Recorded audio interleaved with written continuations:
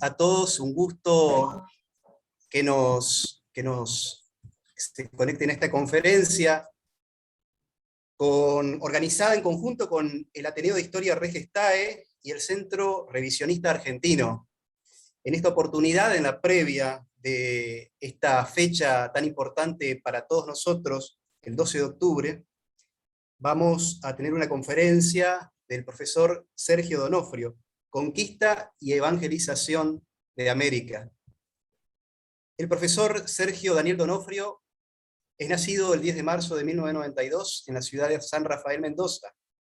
Cursó sus estudios terciarios en la Facultad Santa María del Valle Grande. Actualmente se desempeña como formador de futuros docentes en el Instituto Superior de Formación Docente número 11 de Rincón de los Sauces en la provincia de Neuquén, así como también se desenvuelve como docente de nivel medio en la misma localidad.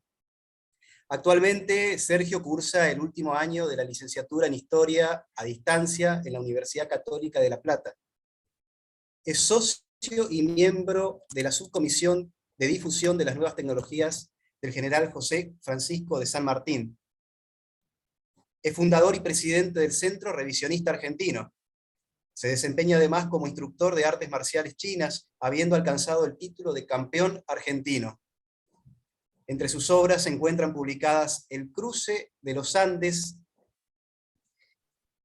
a través de la pintura de Fidel Roy Mattons, en 2018, El revisionista, analizando la historia argentina, en 2020, el año pasado, y El revisionista 2, La Edad Antigua, tomo 1, Grecia y Roma, de este año 2021.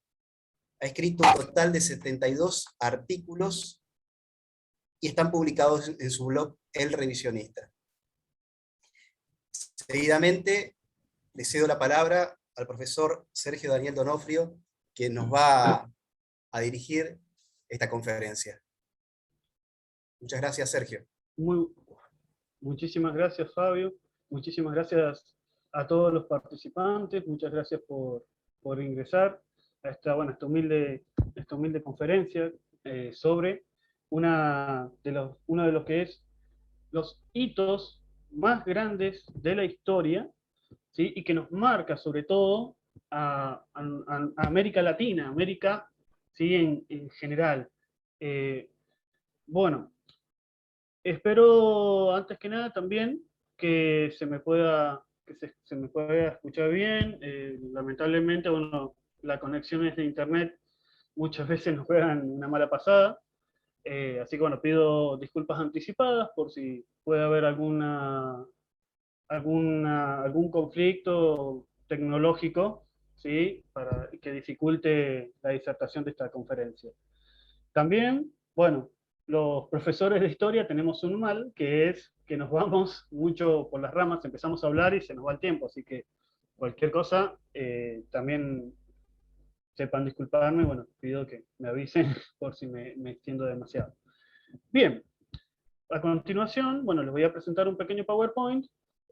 Voy a ir un poco rápido, dada la gran cantidad de datos, ¿sí? Para cumplir, ¿no? con los requisitos, sí, que es justamente el periodo de tiempo de la conferencia. A continuación, bueno, voy a proceder, ¿sí? Compartir pantalla.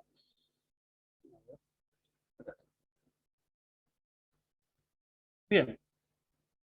La conquista y evangelización de América.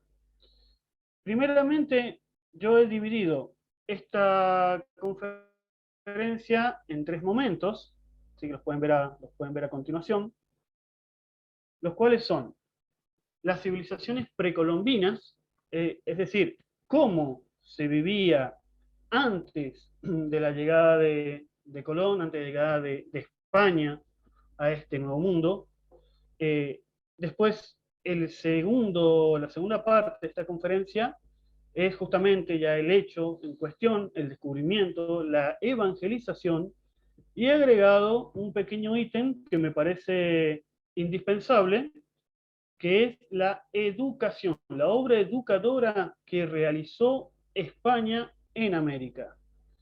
Y por último, el tercer momento, el cual también es transversal, ¿sí? Lo van a escuchar alrededor de toda la conferencia, que es la calumnia, es decir, la leyenda negra que está popularizada en nuestros días, ¿sí? Ya desde el siglo XVI, que viene tomando fuerza, y bueno, hoy en día lo vemos en los mismos actos escolares, sin ir muy lejos, ya mañana, 12 de octubre, en todas las instituciones del país se realizarán una basofia, ¿sí? Casi un ataque sistematizado, ¿sí? Del hecho histórico que no se corresponde con la realidad. Entonces, primeramente, para comprender un hecho histórico tenemos que contextualizarnos.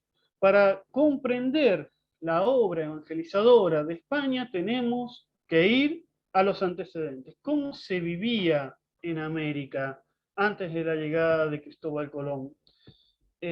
¿Cómo era la realidad?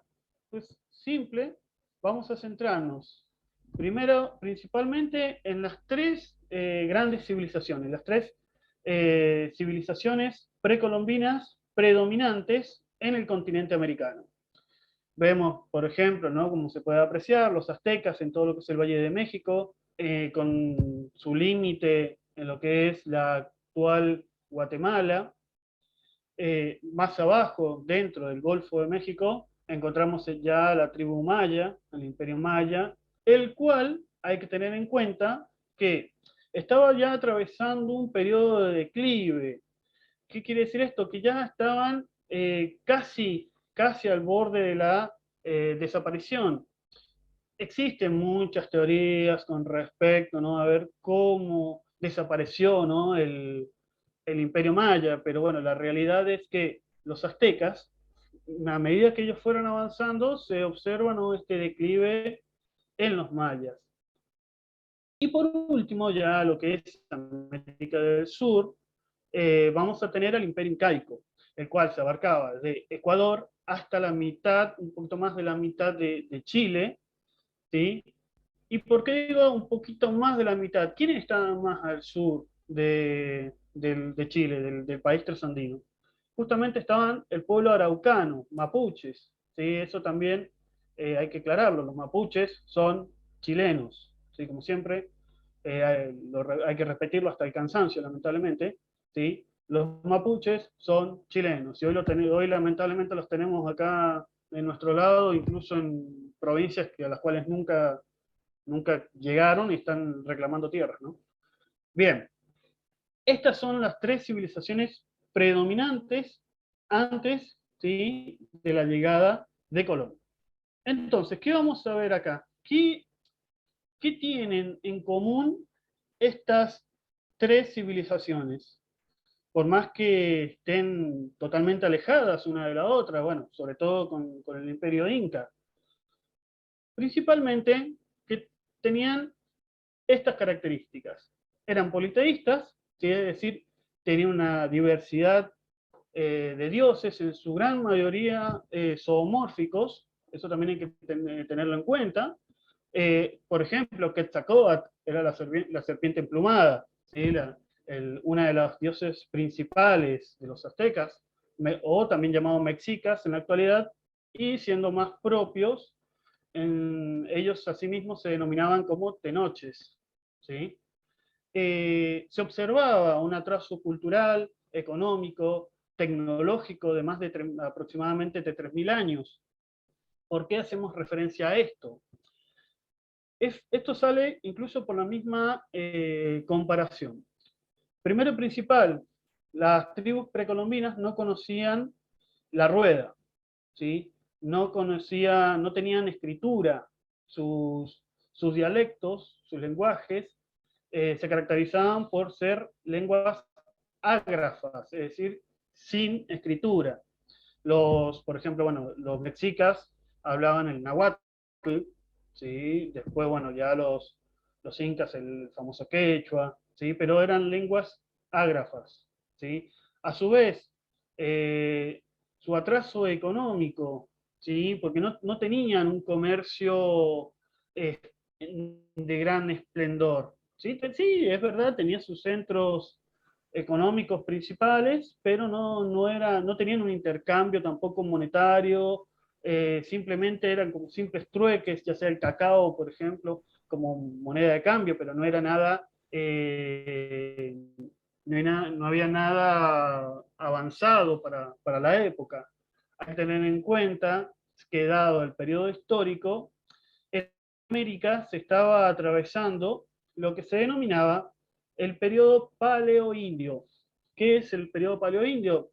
Justamente una de las corrientes establece este periodo, que es básicamente el proceso paleolítico y neolítico en América, ¿sí? En el continente americano.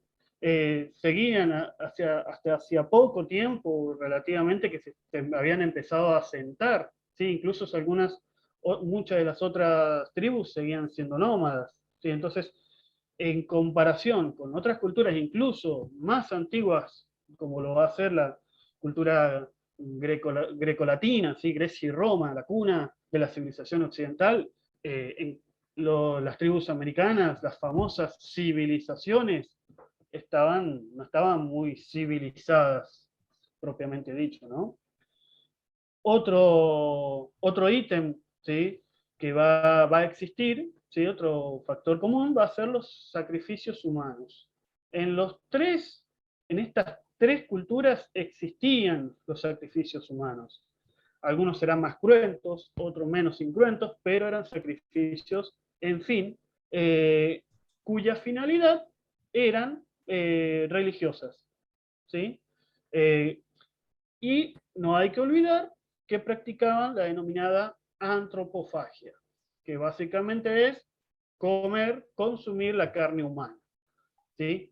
En mayor o menor medida, pero se seguía practicando a lo largo y a lo ancho, ¿sí? Del continente americano precolombino, ¿sí? Incluso va a costar muchísimo erradicar No, no esta tengo idea. práctica, Hoy ¿sí? día, Va a y costar puede ser. mucho, ¿sí? Entonces, vamos a analizar un poco estos sacrificios, estas sociedades, a fin de poder comprender mejor, ¿sí? El beneficio que nos trajo que llegaran los españoles. Hay que tener en cuenta otra cosa, que hay lamentablemente, que también ha tenido mucho éxito, mucha difusión en estos días, es eh, la famosa frase, ¿no? De los pueblos originarios, ¿sí? Esto se rebate tranquilamente, incluso analizando las mismas teorías de poblamiento, ¿sí? Ya sea la teoría antártica de sur a norte, el estrecho de Bering de norte a sur, ¿sí? O incluso la teoría continental. Si no me voy a meter mucho en eso, pero tranquilamente se puede decir, ¿no? No existen los pueblos originarios, no son originarios, ¿sí? Bien, ahora, analicemos un poquito este tema, ¿no? Estas civilizaciones precolombinas, cómo vivían, qué sucedía principalmente, ¿no? Con los sacrificios humanos. Vamos a centrarnos primeramente en el pueblo azteca, ¿sí? Los mexicas, los tenoches, ¿sí? Los supuestos civilizados. Ustedes a su izquierda, ¿sí? Pueden contemplar la famosa piedra calendario azteca, o también llamado el medallón azteca comúnmente, donde se observa en el centro al famoso dios Sol, ¿sí? Ese Sol, ¿sí? Tiene la lengua afuera. ¿Pero por qué tiene la lengua afuera? Porque tiene sed. Y esa sed no se sacia con agua. Esa sed se sacia con sangre, y no sangre específicamente de un animal, sino sangre humana. Existía dentro de la supuesta creencia o la teología azteca, por más que no aplica mucho el nombre, los aztecas creían que existía una eterna lucha entre el día y la noche, entre el bien y el mal, ¿sí? Que ese sol se desangraba a sí mismo, se moría al llegar el ocaso y necesitaba fuerzas para salir, ¿sí? Esto es justamente el día de 24 horas.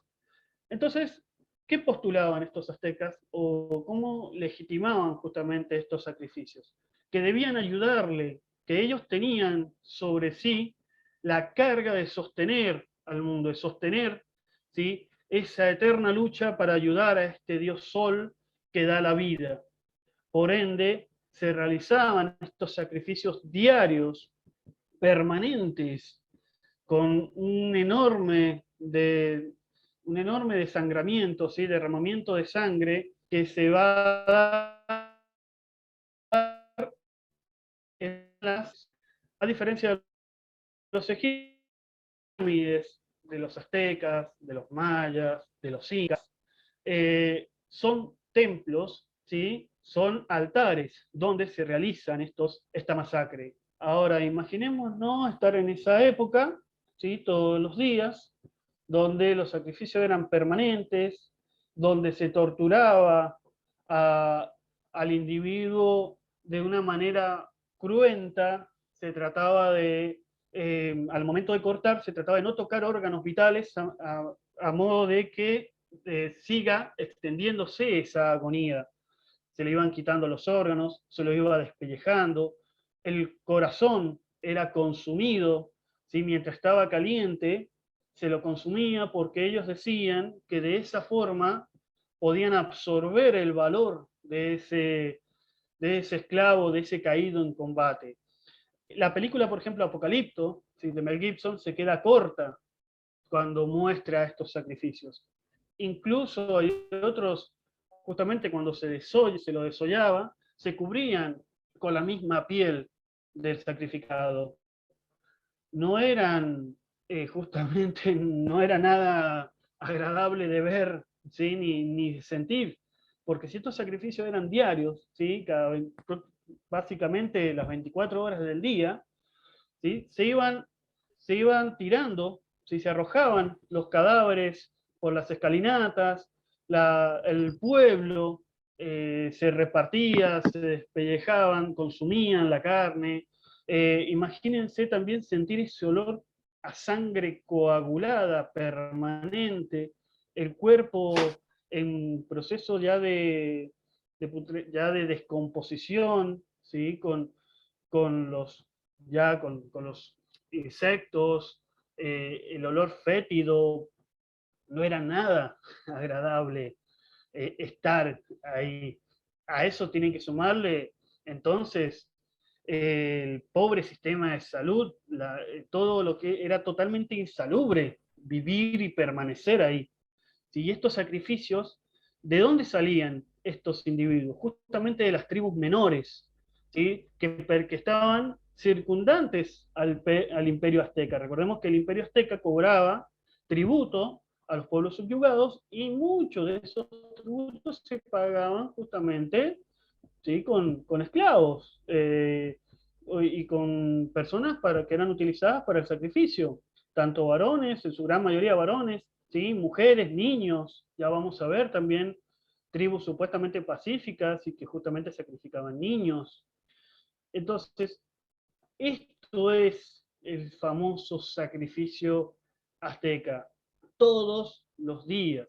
Y si ponemos a ver, sacamos cuenta, ¿sí?, la misma matemática nos enseña, ¿sí?, si estos sacrificios se dan por cientos todos los días, si no hubiese llegado a España, estaban condenados a desaparecer. Iban a tener que frenar este holocausto porque no iban a poder continuarlo.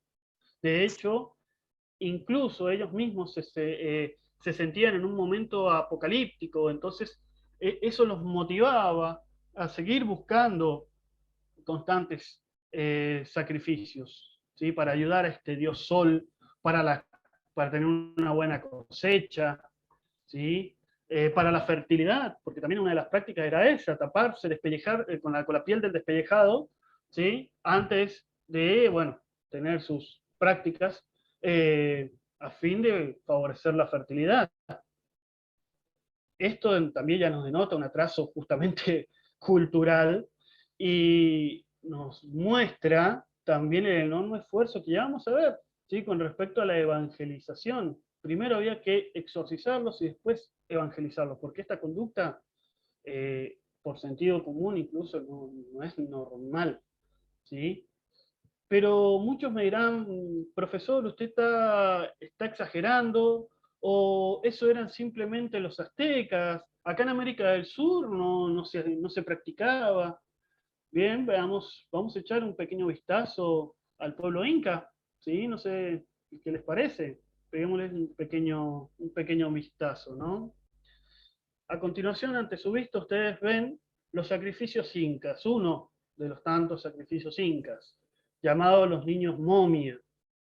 Como ustedes pueden ver, los incas tenían también sacrificios cruentos e incruentos, ¿sí? Pero justamente sacrificios, cuando hablamos de incruentos, ¿sí?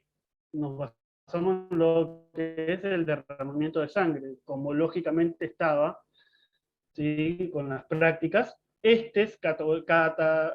catalogaría, ¿sí? Como un sacrificio incruento, entre comillas, ¿sí? Pues no se derrama sangre, pura y exclusivamente, pero se demuestra, ¿sí? Que eran niños exclusivamente seleccionados, porque los adornos nos muestran que eran niños que pertenecían a la clase alta inca, y eran ofrecidos con fines religiosos para tener, como les digo, una buena cosecha, ya sea fertilidad, ya sea un avance en lo que es incluso las mismas organizaciones, ¿sí?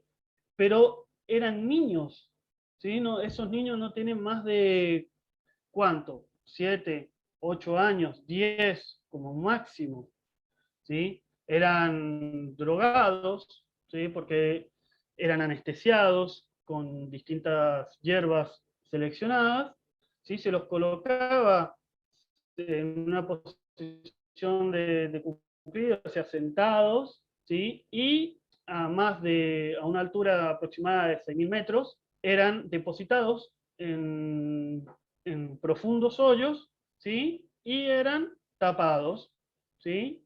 Esa tumba, incluso trabajó como un proceso, ¿sí? De momificación natural, era una conservación dada por el mismo clima, ¿no? El mismo frío. Así que los conservó, son las momias mejor preservadas del mundo. Si los ponemos a ver, se pueden observar todas sus facciones. Esto también, acá a continuación les voy a mostrar, encontramos un pequeño cuadro de los sacrificios encontrados. ¿Sí? Tenemos, por ejemplo, el niño del Cerro de Plomo, en el Cerro de Plomo justamente en Chile. La momia la pueden visitar en lo que es el Museo Nacional de Historia Natural de Chile. En Salta, ¿sí? Tenemos, por ejemplo, en el Museo de Historia Natural de Salta, en el Cerro Chusca, en Jujuy, ¿sí? El cuerpo está congelado. ¿Sí? Estos son algunos de los tantos sacrificios incaicos. Entonces, eh, no estamos hablando de civilizaciones que presentan hombres naturalmente buenos, como la leyenda negra nos quiere hacer creer, el hombre rusoniano, el buen salvaje. No, nada más alejado de la realidad, no existe la bondad natural en el hombre. Y aquí lo podemos ver con total franqueza, sin vueltas, ¿sí? Entonces, habiendo analizado esta pequeña parte, ¿sí? Esta primera parte, podemos ver cómo era la realidad antes de la llegada de Colón a estas tierras, antes de la llegada de España. ¿Sí? E incluso podemos ver y entender cómo fue que un pequeño grupo de españoles pudo conquistar, ¿sí? Derrotar a los grandes imperios, a estos grandes imperios, justamente con la ayuda de estas tribus subyugadas, ¿sí? Que veían en el español un aliado poderoso que podía sacarlos de, este, de este proceso de esclavitud, de esta realidad esclavista que estaban atravesando, ¿sí? Que incluso ellos mismos también eran consumidos por estas tribus. Por ejemplo, los caribes, ¿sí? Sobre el pueblo taíno o taino, de las dos formas está bien dicho. ¿Sí? Entonces ahora vamos a ir ingresando ya en la segunda parte de esta conferencia. Vuelvo y repito, perdonen que vaya muy rápido, ¿sí? Que es lo que he catalogado, ¿no?, como descubrimiento, evangelización y educación de América, ¿sí? Primeramente, efectivamente fue un descubrimiento. ¿Por qué? Porque hoy en día hay una corriente justamente que dice, ¿no?, que América siempre existió, que América siempre estuvo ahí, ¿sí? Y que Colón no, en realidad no descubrió nada. Tenemos que entender que Colón, si bien Colón va a morir creyendo que había llegado a la India, nos vamos a dar cuenta que efectivamente fue un descubrimiento. ¿Qué significa descubrir? Significa quitar velo, ver algo que antes no estaba. ¿Sí? Por eso incluso el continente se va a llamar América en honor a un cartógrafo que fue Américo Vespucio. ¿Sí?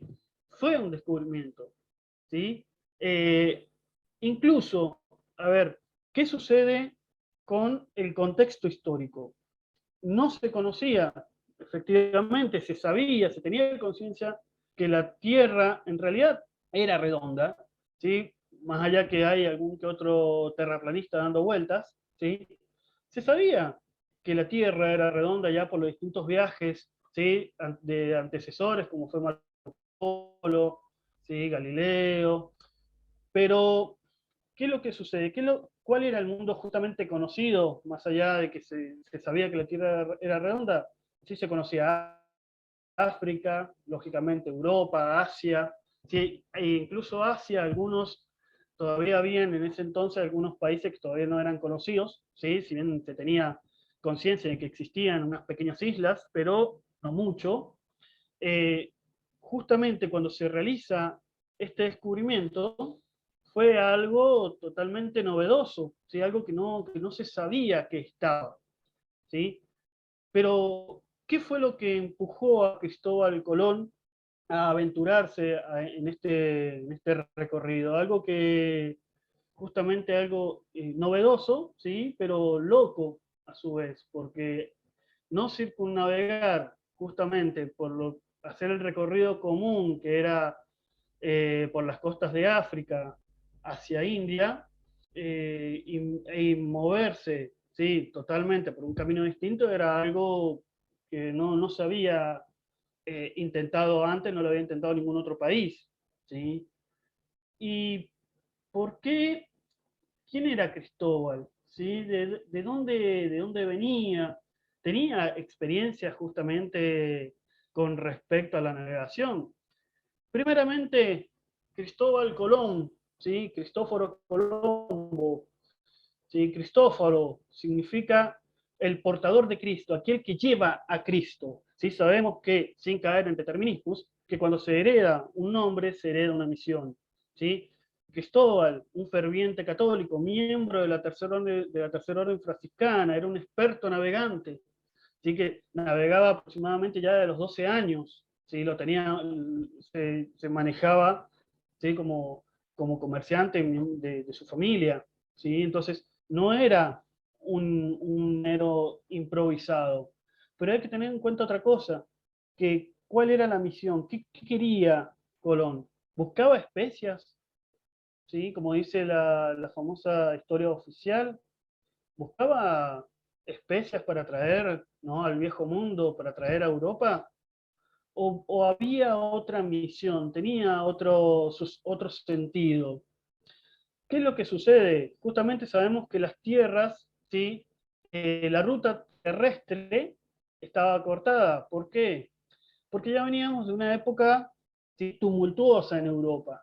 ¿Sí? Habíamos, España se había acabado de unificar hacía poquito tiempo, ya con la conquista de Granada, ¿sí?, la expulsión del infiel, la expulsión del musulmán.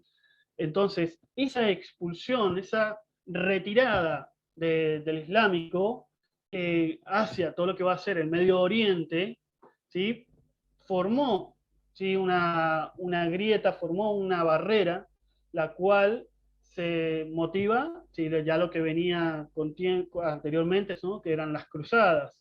¿Sí? ¿Qué va a querer Colón? No va a buscar especias. Colón va a buscar girar, rodear al enemigo, ¿sí? Porque se creía incluso que muchos de los apóstoles, sobre todo, ¿no? Algunos autores afirman que podría ser Tomás, por ejemplo, Tomás apóstol, pudo haber llegado a otras zonas de Asia y haber evangelizado. Entonces se creía que se podría rodear al infiel para así reconquistar, ¿sí?, el Santo Sepulcro. Esa era la misión, eso explica incluso las carabelas, la cruz de las carabelas. ¿Sí? Colón prácticamente se adentró en la búsqueda de una nueva cruzada. ¿Y por qué España?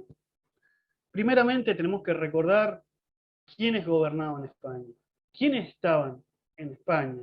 ¿Sí? Antes que nada, tenemos a Isabel la Católica, ¿sí? Una ferviente, devota, ¿sí? Que creo que no estoy muy seguro, pero tengo entendido que es sierva de Dios, ¿sí? No está, su beatificación todavía está en progreso, ¿sí? Pero estamos en presencia, ¿sí?, de grandes creyentes, grandes reyes católicos, realmente creyentes. Entonces, Colón se va a adentrar en esta búsqueda, ¿no?, en esta cruzada hacia la India. Por eso justamente él va a llamar a sus habitantes indios, ¿sí? Colón va a hacer 4 viajes hacia la India, hacia lo que él creía que era la India, ¿sí? Que va a desembarcar en su primer viaje en lo que va a ser la zona de las Antillas, ¿sí? Hoy San Salvador, ¿sí? Se va a encontrar con este pueblo que se denomina el pueblo taíno o taino, vuelvo y repito, dos formas está bien dicho, ¿sí? Y va a dejar una guarnición y va a retornar hacia España. Hay algo que hay que tener en cuenta, las dimensiones, ¿sí?, de la tierra que se tenía, no eran las mismas, lógicamente, que se sabe que componen el globo terráqueo en nuestra actualidad. De hecho, se creía que era muchísimo más chica. Eso explica también el tema con las provisiones. Nunca pensaron que iban a tardar 2 meses en el mar, ¿sí? Entonces esto también nos muestra, ¿sí?, que si vamos a la realidad, este primer viaje no fue para nada, no pudo ser para nada agradable. ¿Por qué? Porque recordemos que las carabelas, primeramente las carabelas no son grandes navíos. Las carabelas son pequeñas embarcaciones donde va todo junto, ¿sí? Dado el pequeño tamaño. Recordemos que tienen que llevar provisiones, no existía la cadena de frío como tenemos ahora. Por ende, los animales pudieron haber ido vivos, ¿sí? Por ende, había también que llevar alimento para estos animales, para después el consumo humano. Había que llevar agua, porque sabemos que el agua del océano no se puede beber. Imagínense, en esta pequeña embarcación, ¿sí?, de no más de 5 metros máximo, 4 metros de alto por 30 metros de largo y casi 8 metros de ancho, imagínense esta pequeña embarcación, la Santa María, con olas que la empujan hacia babor, con olas que la empujan hacia estribor, ¿sí?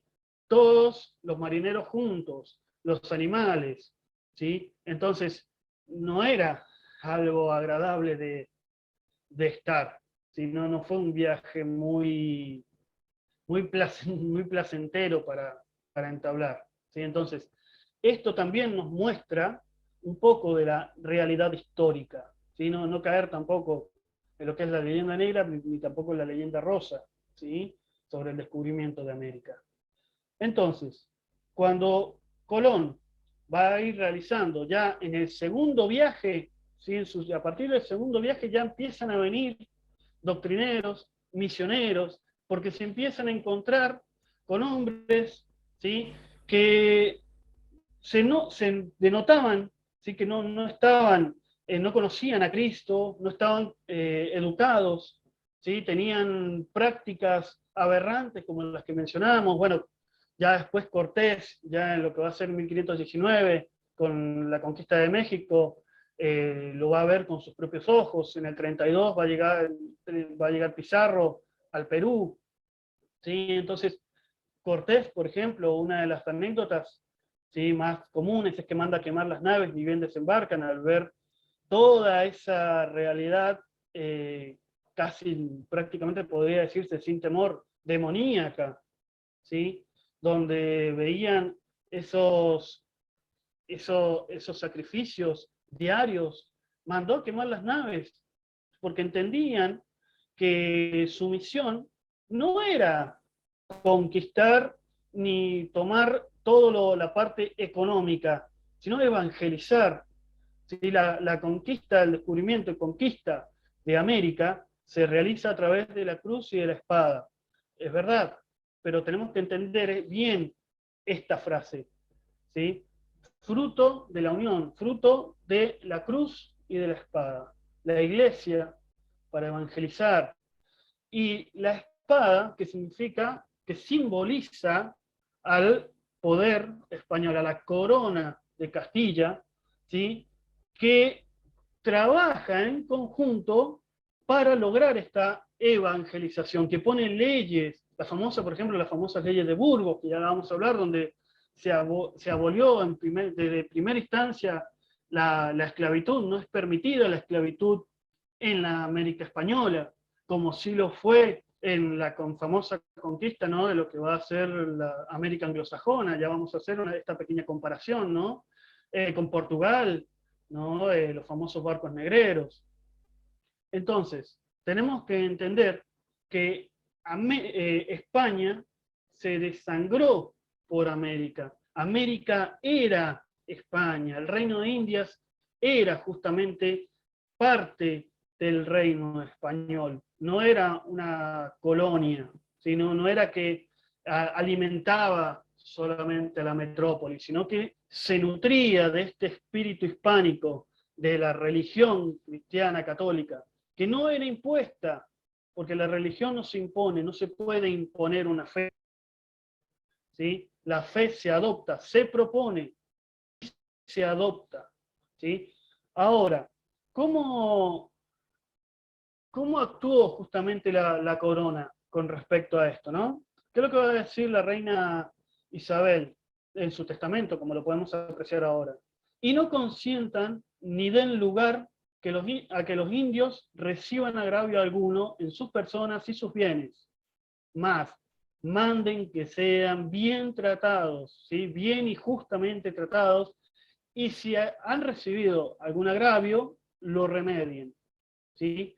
Esto fue una de las piedras fundamentales, ¿sí?, que se realizó desde España hacia América. La figura del encomendero, por ejemplo, ¿sí?, donde se le daba al español, que esto también es atacado por muchos indigenistas, diciendo que el español era un déspota. Ciertamente existieron abusos, sí, pero no quiere decir que sea lo general, no quiere decir que sea algo común. De hecho, fueron, ¿sí?, aquellos que se comprobó que realmente habían cometido excesos, se los castigó muy severamente, ¿sí? Entonces, ¿qué es lo que debía hacer este español que tenía a cargo a estos indios? Propiamente evangelizarlos, que reciban los sacramentos, el bautismo, ¿sí?, que lo vistieran, ¿sí?, que incluso se les enseñó a leer, se les enseñó a escribir, lógicamente también y paradójicamente, con respecto también atacando, ¿no?, contrarrestando esta leyenda negra famosa, ¿no?, del corte de lenguas, hay que entender que España, ¿sí?, las órdenes mendicantes, franciscanos, ¿sí?, dominicos, salesianos, jesuíticas, ¿sí?, los jesuitas de San Ignacio de Loyola, ¿cómo evangelizaron? Propiamente evangelizaron aprendiendo en primera instancia el lenguaje del aborigen, ¿sí? Le dieron forma escrita a la lengua aborigen. Por eso digo paradójicamente, ¿no? Los lenguajes indígenas se conocen gracias a la obra evangelizadora de España. Ellos escribieron manuales. ¿Para qué? Para que todo doctrinero que viniera a evangelizar tenía que conocer el lenguaje aborigen para poder ellos evangelizar, valga la redundancia. ¿Sí? No se lo obligó al indígena a adoptar el lenguaje español, sino que se pusieron, sí, se les dio la opción y había maestros para enseñarles el español, pero no era una obligación del indígena aprenderla, ¿sí? Entonces, ya vamos viendo que no hay mucha solvencia empírica e histórica de estas leyendas negras, ¿sí? España fue la única potencia, el único imperio que realizó una obra verdaderamente evangelizadora y educadora. ¿Sí? Si nos ponemos, como leo, vuelvo y repito, las famosas 13 colonias se asentaron en los puertos, no se adentraron hasta muchísimo después. ¿Cuál es la primera provincia fundada en Argentina? ¿Buenos Aires? No, fue Santiago del Estero, en el centro, en el corazón del territorio argentino, en el territorio actual. Eso nos demuestra que España no buscó meramente el comercio, sino que reconoció en el indio a un ser humano dotado de cuerpo, de alma, inteligencia y voluntad. ¿Que había que educarlo, que había que exorcizarlo y después evangelizarlo? Sí, pero reconoció en él a un igual, a un ser humano. ¿Sí? Analicemos incluso el famoso mestizaje, ¿no? Eso, hay muchísimo para hablar de esto. Ahora, esta obra quedó solamente en Isabel la Católica, quedó solamente en Fernando de Aragón. Analicemos qué dice su bisnieto, por ejemplo, ¿no? Felipe II. Sí, en la Real Cédula, donde dice: rogamos y encargamos a los arzobispos de nuestras Indias que ningún religioso permitan entrar a ejercer oficio de cura y doctrinero sin saber primero, ¿sí? Sin ser primero examinado y haber aprobado, ¿sí? Los primeros estudios, ¿sí? En cuanto a la suficiencia, cómo es la lengua de los indios, a los que se va a adoctrinar y administrar los santos oficios. Debía demostrar estar verdaderamente preparado para adentrarse en lo más profundo del continente americano. ¿Sí? Si seguimos, ¿no? Adelantándonos, si seguimos caminando en este proceso evangelizador y educativo, ¿sí? Vamos a ver que se crearon, España creó escuelas, creó universidades. ¿Qué les enseñaban a los indios? A los indios primeramente se les enseñaban lo que era la propiedad privada, porque tenían derecho a tener propiedades, se les enseñó sobre moral, se les enseñó lógicamente los sacramentos, se les mostró, ¿sí? Se les enseñó a leer, se les enseñó a escribir, se les enseñó latín, se les enseñó obras sinfónicas. Es muy fácil ir, por ejemplo, los que sean, si hay alguno que es del litoral, ¿sí? O cerca de las provincias, de lo que va a ser precisamente, por ejemplo, Corrientes, Misiones, ¿sí? Por ejemplo, estaban los indios guaraníes, que también practicaban la antropofagia, por ejemplo. Ellos tienen una muy particular característica, son muy buenas artistas, ¿sí? Tenían mucha facilidad para la música, para las obras de arte. Entonces acá encontramos lo que se denomina la asunción eminente de las formas. Lo máximo del género inferior es tomado, se une con lo mínimo del género superior y es elevado. ¿Sí? Los jesuitas supieron aprovechar esta característica, esta virtud de los pueblos guaraníticos para evangelizar y para educar.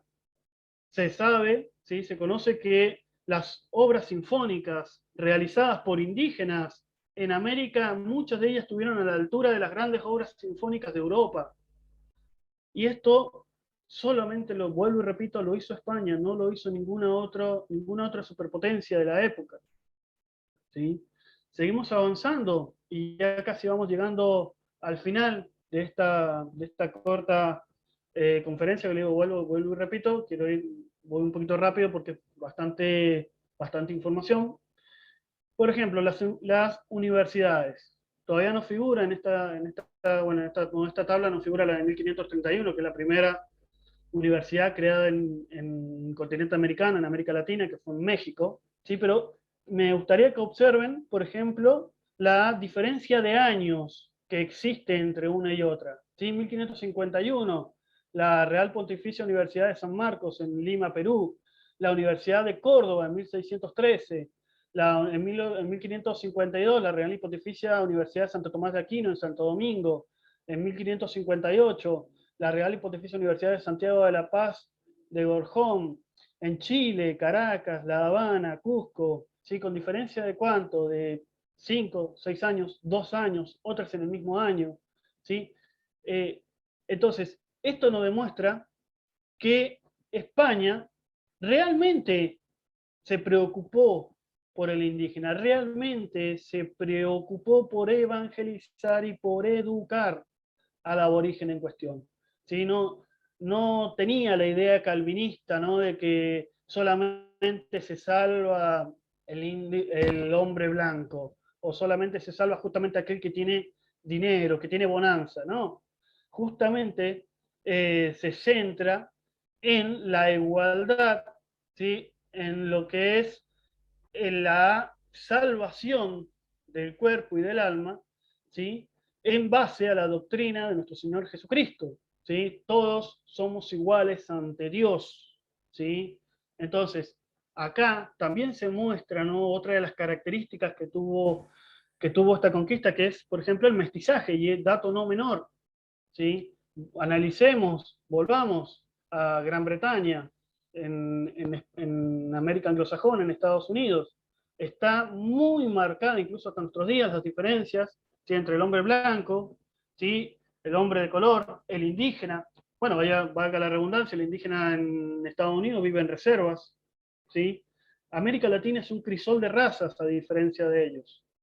América Latina tenemos justamente, ¿sí? Las famosas castas, ¿no? Mulatos, ambos, ¿sí? ¿Pero por qué? Porque España se mezcló, el español, ¿sí? Se unió con el indígena, incluso le reconoció al indígena sus rangos, porque tenemos escuelas incluso para caciques, ¿sí? Para los caciques y para los hijos de los caciques, ¿sí? Se les reconocía su estatus, su liderazgo en su pueblo, por ejemplo, ¿sí? Sabiendo que deben obediencia a la corona de Castilla. Habíamos hablado también, ¿no? De las famosas leyes de Burgos, donde se abolió la esclavitud indígena, por ejemplo, ¿no? Acá tenemos un poco de lo que hablan, ¿no? En las cuales sí se dieron las órdenes para que el gobierno, ¿sí? Administrara con justicia a los naturales, indios o injustos títulos de dominio del Nuevo Mundo, pero no tenía derecho a explotar al indio, que era un hombre libre y podía tener propiedades, pero que como súbdito debía trabajar en favor de la corona, ¿sí? Sin mediar la esclavitud, ¿sí? Y debía ser retribuido y con libertades garantizadas a través de los españoles que estaban allí asentados. Qué lindo dato, ¿no? Muy lindo para tenerlo en cuenta, porque justamente para rememorar, España no vino a esclavizar, España vino a liberar, ¿sí? España vino a traernos la salvación. Si no fuera por España, hoy todavía estaríamos presenciando sacrificios humanos, y si es que no estaríamos todos extintos, ¿sí? No tendríamos escritura, no tendríamos medicina, no tendríamos incluso los animales, ¿sí? Como te digo, se dice, acá no se conocía la rueda. El caballo, por ejemplo, el caballo no es a medida, muchísimos de los avances, incluso, incluso culturales, la educación que tenemos, la tenemos gracias a la obra de España. España se preocupó por el aborigen, España se preocupó por este nuevo mundo. E incluso a España, con Carlos V, ¿sí? se replanteó si era lícito o no continuar con la conquista. Se lo replanteó, porque no sabían si realmente estaban haciendo un bien, en la famosa controversia de Valladolid, donde gracias a lo que son las bulas papales, ¿sí? Como la interchetera o la intercaetera, ¿sí? O también otra de las universidades, como fue la Universidad de Salamanca, propuso datos no teológicos, ¿sí? Porque justamente también se planteó en ese tiempo, como también se plantea hoy en día, ¿sí? Aquellos que no conocieron a Cristo, por ejemplo los aborígenes, ¿en qué sentido tienen que le den este argumento? ¿No? Porque que el Papa les brindara las tierras, siendo que era vicario de Cristo. Si un indígena nunca conoció a Cristo, ¿qué sentido tiene, ¿no? Según estas falacias, ¿no? ¿Qué sentido tiene, ¿no? Que legitimidad tiene que estas tierras le pertenezcan a España? Bueno, la Universidad de Salamanca, por ejemplo, dio distintos argumentos, como la sociabilidad del hombre, la sociabilidad natural del hombre, que el hombre tiene derecho a socializar, ¿sí? Ya sea con un español y como cualquier otro extranjero, lo mismo con el indígena, ¿sí? La protección de los indígenas conversos, ¿sí? Como les dije ya del segundo viaje, que se trajeron doctrineros, sacerdotes, misioneros, que empezaron a evangelizar. Si un príncipe azteca, por ejemplo, no estaba de acuerdo con esto y quería traerlo nuevamente a la idolatría, a través de incluso torturas y demás, tenían derecho ese aborigen converso a ser protegido por el español. Entonces, España tenía derecho, ¿sí?, a realizar esta conquista. Y gracias a eso, justamente, tenemos estos avances, tenemos a Cristo, fundamentalmente nos trajeron la salvación, tenemos a Cristo, dato no menor, ¿sí? Así que bueno, con esta breve conferencia hemos tratado de explicar lo que fue, lo que consistió realmente el descubrimiento, la evangelización y la educación que España llevó en las Indias, ¿sí? No éramos, vuelvo y repito, no éramos un continente subyugado, no éramos un país eh, bajo justamente la esclavitud, ni nada por el estilo, ¿sí? A continuación, quiero mostrarles, ¿no?, una pequeña bibliografía sugerida, algunas sí, si ven, se centra este pequeño PowerPoint, pero hay otras sí que están sugeridas para aquellos que quieran interiorizarse un poco más a nuestro gran maestro Enrique de Araujo, América la Viendo Nada, Cayetano Bruno, ¿sí? Vicente Sierra, José María Uriburu, ¿sí?, con los Hechos de los Apóstoles en América. Hay muchísima Mesori, Las Verdades Robadas, ¿sí? Entonces, hay mucha bibliografía seria para consultar y para interiorizarnos. Mañana no es el día de la diversidad cultural, como quieren hacernos creer, del indiecito bueno. Mañana es el día de la hispanidad. Mañana es el día en que dejamos de ser salvajes, dejamos de estar sumidos en la desesperanza, sumidos en la esclavitud, sumidos en el sacrificios, para ser liberados, para ser cristianos. Es el día en que conocimos a Cristo. Muchas gracias.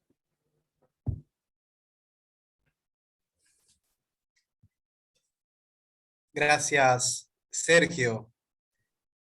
Bueno, te propusiste ir a reloj en esta charla, en esta conferencia, y, y bueno, resultó a reloj.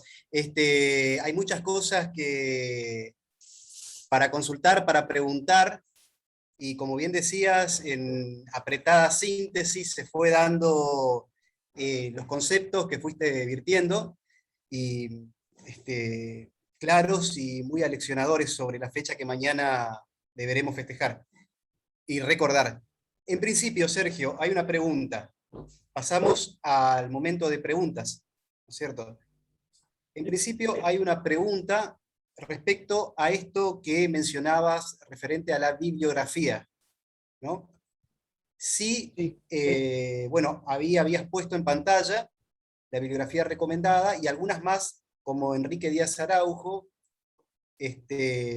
Cayetano Bruno, no llegué a ver si estaba mencionado, y si querés comentar alguno en particular, preguntan si querés comentar alguno en particular como una bibliografía troncal o algunas, un conjunto que no se puede dejar de visitar o de leer, ¿no? bien. Muy buena pregunta. Sí, más en estos días donde tantos pseudohistoriadores no dicen tener la verdad del hecho histórico sin la menor, sin el menor análisis, ¿no? Como les mostraba hace un momento, es troncal primera y exclusivamente, primero, leer a Enrique Díaz Araujo, así como dijo, América la bien donada, donde es un tomo, el tomo 1 es bastante extenso, cerca de casi 1000 páginas. Eh, el doctor Enrique Díaz Araujo realiza todo un recorrido donde da todo lo que es la diferente documentación tanto de España, así como las distintas bulas, da un recorrido incluso hasta teológico de lo que es el derecho que les daba la licitud de España para poder realizar lo que fue la conquista. Cayetano Bruno fue también uno de los grandes exponentes que nos permite mostrar, sobre todo la obra evangelizadora, como bien decía la bibliografía, la obra evangelizadora de España. ¿Sí? Da un recorrido por las distintas órdenes que vinieron, cómo evangelizaron, ¿sí? Cómo se adentraron dentro del continente. Mesori, como digo, las verdades robadas también. ¿Por qué? Porque muestra eh, cómo las distintas leyendas negras han calado profundo en el imaginario social de nuestra época. Entonces, Mesori las va a ir rebatiendo. Por ejemplo, el famoso corte de lenguas, que no es otra cosa, ¿no?, que la mentira de la imposición del lenguaje castellano. Eso sería, por ejemplo, una bibliografía que yo recomendaría, ¿no?, estos autores principales. Bien, claro. Otra pregunta, Sergio. Respecto a aquello que mencionaste referente a ver, dice, referente a que los habitantes primeros no son originarios, es decir, están mal llamados cuando se los menciona como pueblos originarios. Bien, Pregunta sobre ese concepto, sobre esa idea. bien. Un pequeño problema ahí con el internet, pero sí te pude terminar de escuchar bien. Bien, si vamos a lo que es el término originario, los famosos pueblos originarios, yo me remonté brevemente a las distintas teorías de poblamiento americano, ¿sí? Teorías postuladas también justamente por algunos autores que no son justamente católicos, ¿sí? Sino que incluso son muchos marxistas, ¿sí?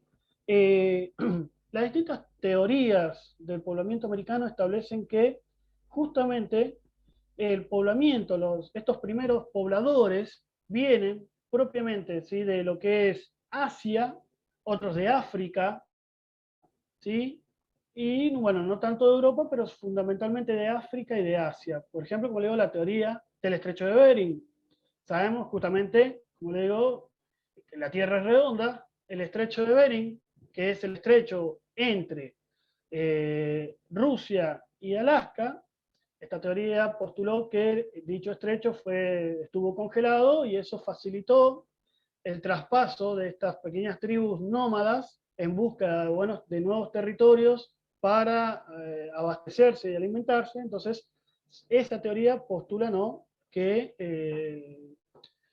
las tribus, el hombre, ¿sí?, viene de Asia.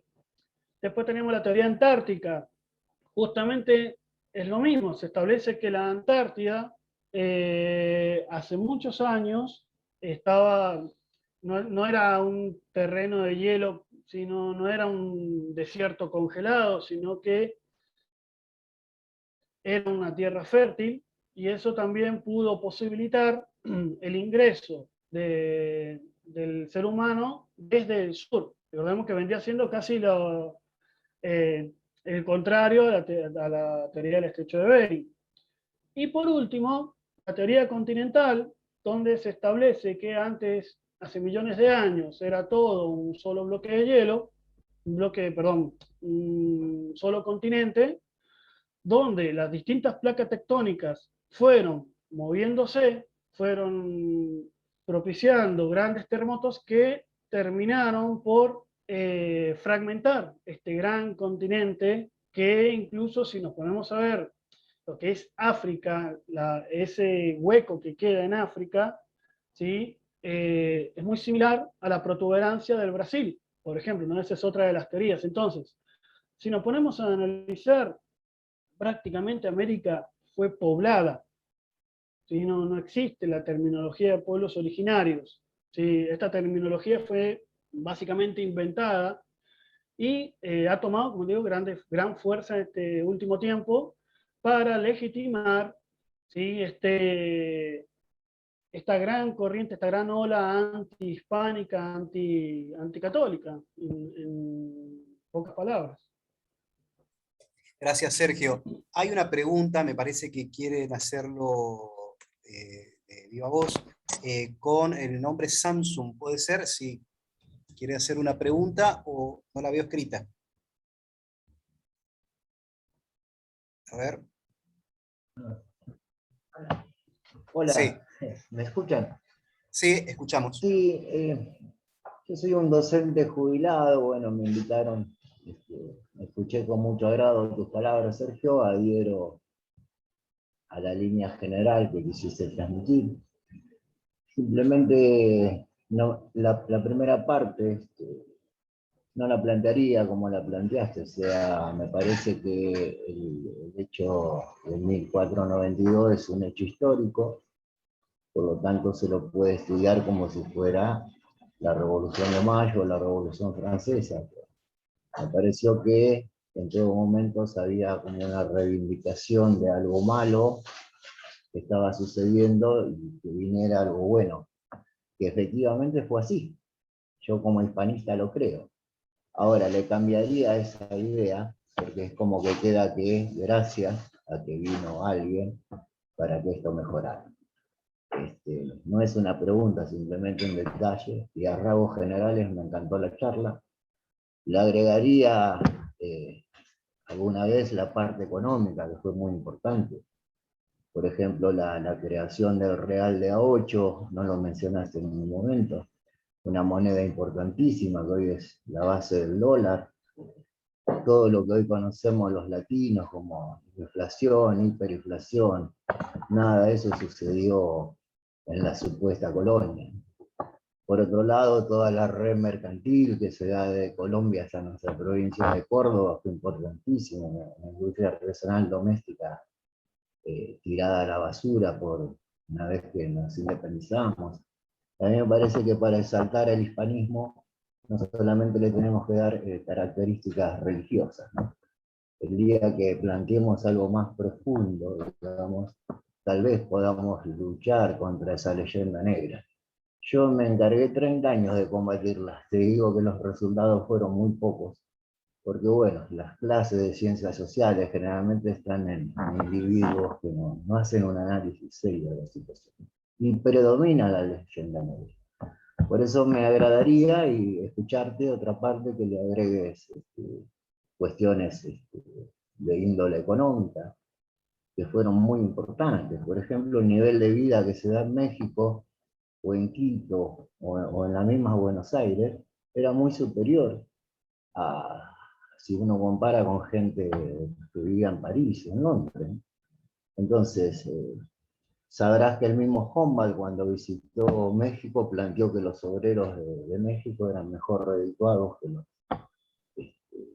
que los mismísimos europeos. Por eso quería hacer esa acotación y felicitarte por lo demás. No sé si fui claro. Así que gracias. Antes que nada, bueno, muchísimas gracias a usted también. Es verdad lo que es justamente hace, ¿no?, a la obra de España, que es justamente también el tema de la administración. Con el tema de la hispanidad, el tema del hispanismo, que lógicamente hay muchísimo, muchísimo de verdad, justamente con todo esto, lo que es la evangelización, la administración y la conquista, ¿sí?, de América. También tenemos que entender que, a ver, si bien se habla, ¿sí?, se manifestó en los distintos grados, en los distintos ámbitos, justamente, ¿no?, de la realidad América española, también tenemos que reconocer, ¿no?, este espíritu español, ¿sí?, que es lo que habla Maeztu, ¿no?, que fue justamente transmitido, ¿no?, por España a nuestro territorio, a nuestro continente. Así que ya muchísimas gracias por sus acotaciones, por sus palabras, y bueno, obviamente son muy bien recibidas. Sergio, tenemos una pregunta de Samuel Ignacio Gaete Paredes. Samuel. Un gusto, señoras y señores. Solamente te quería hacer una pequeña acotación, si se me permite hacerlo. Solamente eso. Eh, Entiendo muy bien con respecto a los puntos. Hay cosas que tal vez estamos de acuerdo y otras que podríamos entrar en debate, tal vez para otro momento, en otro espacio. Sin embargo, hay algo con que podemos estar de acuerdo. En la tesis de que sí, antes de la llegada de los hispánicos a América, probablemente sí existían guerras civiles en todo caso. Y sí, la barbarie en sí mismo existía en este momento. De hecho, en el territorio de lo que actualmente es Chile, incluso las comunidades, que eran las comunidades indígenas, estaban peleadas entre sí, aunque pertenecieran, como utilizando un término actual, la misma nación, la misma lengua, la misma cultura, pero ahora sí estaban peleadas entre sí. Sin embargo, algo que también quiero destacar es que también no solamente la barbarie ocurría dentro de la misma América, sino también ocurría en la misma Europa. Ya en casos ya de un pueblo, si no me recuerdo, en España, que fue prácticamente excomulgado debido a las grandes atrocidades a las cuales se hizo con respecto a la quema de brujas. En eso también. Así que barbarie en sí mismo hay como en la globalidad del mundo en sí mismo. Estoy de acuerdo tanto que existen esas leyendas negras, las leyendas rosas, que básicamente que el historiador debe, debe excavar y seguir excavando, incluso quitándose un poco de la ideología que puede llegar a ser el materialismo histórico, incluso alejarse también tanto tomar distancia del materialismo histórico y tomar distancia de la religiosidad para ver los otros enfoques. Y también una cuestión, nunca ocupo, ni siquiera en los estudiantes, el qué pasaría si, o como el término, qué pasaría si los españoles no hubieran llegado a América o hubiéramos seguido siendo la barbarie. Eso jamás lo ocupo porque es término ya de la historia ficticia. De hecho, hay un historiador que también, bien o un periodista probablemente tal, que perdió credibilidad justamente por eso, utilizar ese tipo de lenguaje. Incluso si ponemos como qué pasaría si no hubiera ocurrido un 11 de septiembre, qué pasaría si hubiera ocurrido de otra forma. No podemos saber con certeza de esa otra vertiente multiversal, si lo queremos ver así, porque hay demasiados datos que no sabemos muy bien. O qué pasaría si los vikingos personas del norte hubieran llegado antes y hubieran ya como entre comillas, colonizado todas esas partes. Solamente quería dar esa acotación, si se me permite. Bueno, Samuel, antes que nada también vuelvo a agradecer tu palabra, tus acotaciones. También, como usted menciona, hay cosas en las cuales estamos de acuerdo, hay otras que, bueno, hay alguna diferencia, sobre todo, bueno, ya lo que es la barbarie, sabemos que barbarie hay en todos lados, porque justamente por naturaleza, como dice Rousseau, ¿sí? Aunque, bueno, los datos históricos también muestran, por ejemplo, usted habló hace minutitos sobre la quema de brujas y demás. Bueno, ahí, bueno, hay un tema justamente histórico, ¿no? De las distintas inquisiciones, cuál fue la Inquisición católica y las demás inquisiciones, la Inquisición protestante, que es justamente la que realizó los homicidios, y las torturas, y que se la achaca después a la Inquisición católica. Pero después también, bueno, con respecto al que hubiese pasado, sí, es verdad, sabemos que la historia, los hechos son justamente algunos impredecibles, pero sabemos que también por el uso de la razón, porque la historia no solamente es empírica, sino que justamente la historia también se conoce a través de la razón, ¿sí? A través de los datos de lo que nos proveen los datos históricos, podemos hacer una pequeña conjetura, ¿sí? Utilizando incluso, como digo, el sentido común en este caso, utilizando, ¿no? Analizando los sacrificios humanos, como fue utilizado, ¿no? En esta pequeña conferencia. Pero bueno, también quería agradecerle por su paciencia, ¿sí? Por su atención y por su acotación.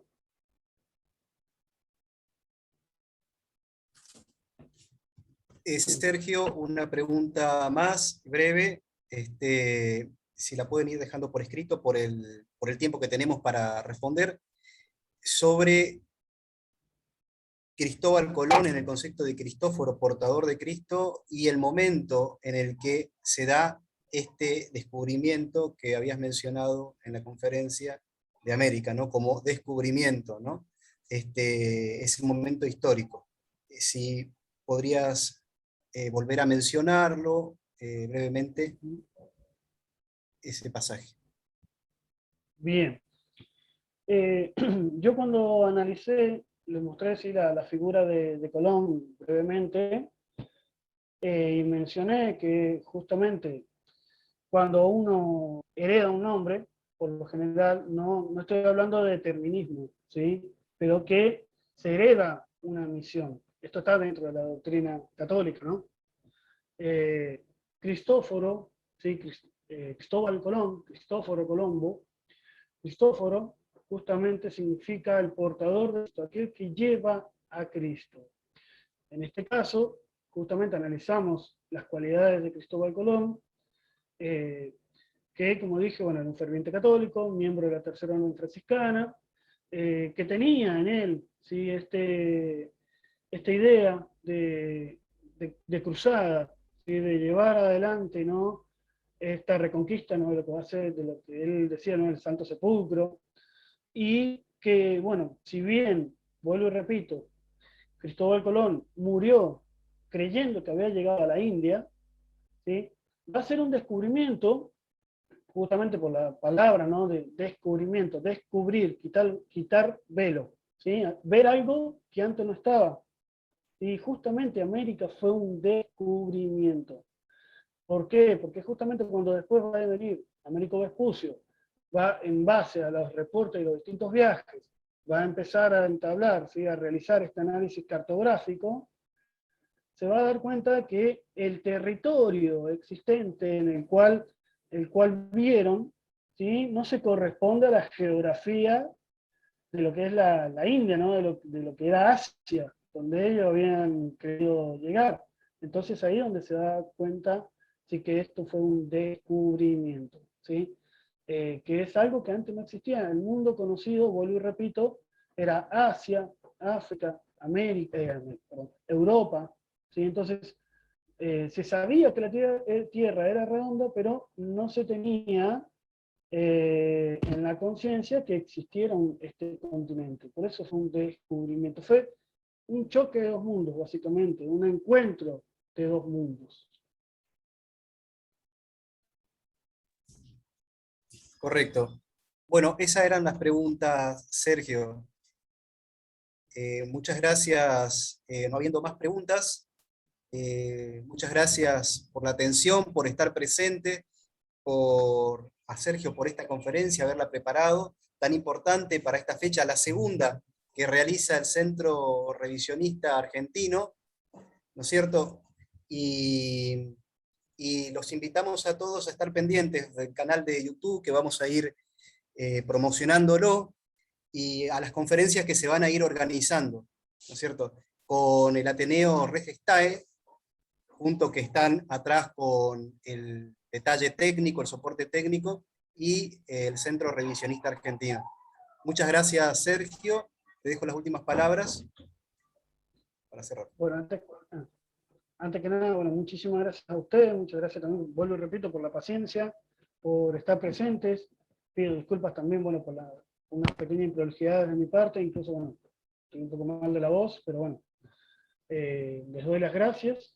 Y bueno, quiero, como dijo Fabio, también invitarlos a estar atentos a las futuras actividades del Centro Revisionista Argentino, el cual se centra, ¿no?, en lo que es la revisión, ¿sí?, como bajo la línea, ¿no?, del sano revisionismo, de la línea de Enrique Díaz Araujo, Carlos Ibarburen, Julio Irasusta, de la historia argentina. ¿Sí? El Centro Revisionista Argentino se basa en la historia de nuestro territorio, de nuestro país, justamente desde 1492 hasta la actualidad, así que se van a venir charlas, conferencias muy interesantes, así que bueno, los invitamos a estar pendientes y poder, ¿no?, disfrutar, ¿no?, de lo que es la verdad histórica.